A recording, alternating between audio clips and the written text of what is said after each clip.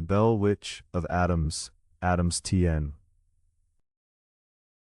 I've, armed with disbelief and a thirst for entertainment. The night they arrived, the air was thick with expectation. Jackson was a man of the frontier, and he carried with him a reputation as a fighter, a leader, and a man unafraid of the dark corners of life. As they settled into the Bell home, the ambiance shifted. The laughter of men faded into silence, each of them aware of the haunting that hung heavy in the air. The Bell family, weary yet resolute, welcomed their guests, the weight of their struggle etched into their faces. And as the night deepened, the sounds began anew, a scratching, a knocking, the eerie echoes of chains dragging across the floorboards. Jackson, ever the pragmatist, declared that he would not be spooked by mere tales. But as the voice erupted from the darkness, neither mocking nor benign, he felt the muscle in his throat tighten. The whispers grew into a cacophony, answering questions posed by both the Bell family and their guests, recounting grievances long buried and digging up old enmities. The spirit seemed to relish its audience, taunting the skeptical men with the bitterness of its existence. When Andrew Jackson asked for proof of its presence, the voice responded with a chilling clarity. It told him the names of his companions, details no one else could know. The bravado of the men crumbled as they found themselves ensnared in the web of the Bell Witch's power. One of Jackson's men, refusing to accept the inexplicable, rose to leave. As he stepped towards the door, he was met with an invisible force that knocked him back, sending him sprawling to the ground. The darkness felt alive, and the men who had come to mock now understood that they stood on sacred ground, where shadows danced with malice. But the terror was not confined to visitors. It grew increasingly personal for John Bell and his family. The entity seemed to fixate on John himself. No longer merely an unseen force, it became an adversary, a tormentor.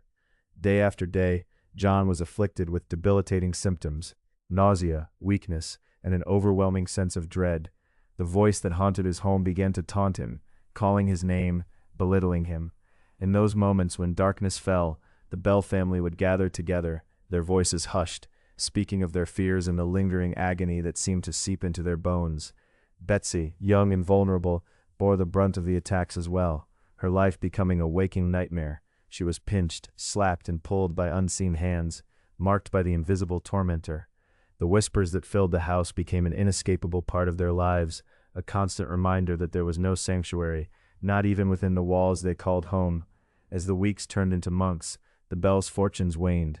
Neighbors who had once come to lend a hand now regarded them with a mixture of pity and fear. The Bell Witch became a local legend, a figure cloaked in the shroud of the supernatural, and the family's plight morphed into a spectacle for all to see. The community buzzed with rumors. Who was Kate Batts, the name that had begun to circulate as the source of their torment? Had John wronged her, or did her spirit linger to settle an old score?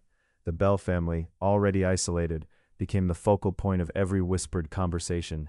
The house, once a home, transformed into a site of dread, each creak and groan echoing with the weight of their whispered fears. The balance of their lives hung precariously as the unseen force grew bolder, demanding not just attention but respect. And then came the night when John Bell could bear it no longer. He resolved to confront the entity, to reclaim his home from the clutches of the supernatural. Gathering his family, they prayed together, hands clasped, hearts racing. John Bell called out to the dark, demanding answers. What did it want? Why was it here? In response, the voice grew furious, a tempest of anguish and hatred. It roared through the house, rattling windows and sending shadows dancing wildly across the walls. But within that chaos, John stood firm, his voice breaking through the cacophony. The entity responded with a clarity that silenced the storm. I will have you. The words hung heavy in the air, and with them came a finality that sent shivers down the spine of every listener. Something more profound than mere terror had settled upon the Bell household. John Bell began to fade, his health withering under the weight of the malevolent force. As days turned into weeks, it became clear that John's spirit was crushed by the relentless torment. The haunting escalated, a bitter reminder that nothing could escape its wrath. The family, once proud farmers, now appeared haggard, their lives reduced to a living hell. On December 20th, 1820, John Bell died. The cause of his death was shrouded in mystery, but many who came to pay their respects believed that the Bell Witch had claimed her prize.